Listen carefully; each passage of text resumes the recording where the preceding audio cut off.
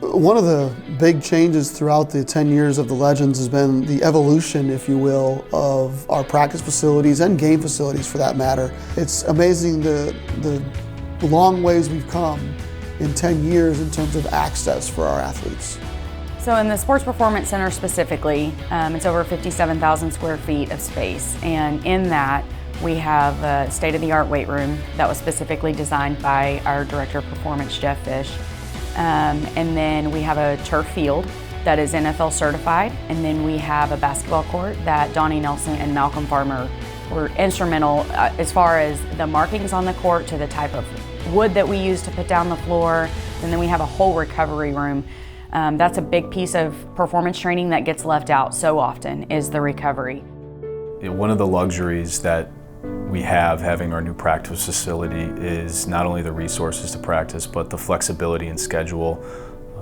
When we want to practice, how we want to practice, we don't have to worry about other people using the gym. It's something that we can just focus in on how to maximize the talent of our players by scheduling the way that we want to schedule. So that's definitely one of the main advantages, and just the opportunity to have our own practice court in general is something that, like we said, is a resource that not many G League teams have. You know, when Nancy was our first head coach, I remember sitting down with Nancy over lunch and going through practice schedules.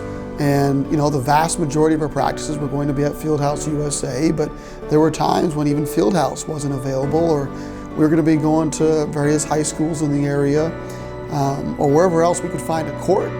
And then, you know, our partnership with Baylor Medical, Baylor Scott and White, you know, Bill Keaton came to Donnie and I, and he had an idea of partnering with the Cowboys in their development over at the Star.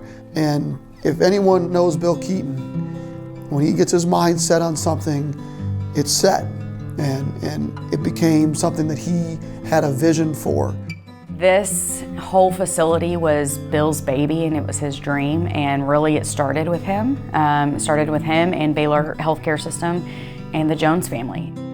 When we were discussing what the court was going to be named, because it needed a name, Donnie said it should be called the Bill Keaton Court. We had a rendering done of it because Bill was going to unfortunately lose his battle with cancer before we were able to finish the building, and so we were able to present what the court was going to look like to him. So he knew that that court was named after him, and it will always be named after him, and it's just a special place in all of our hearts.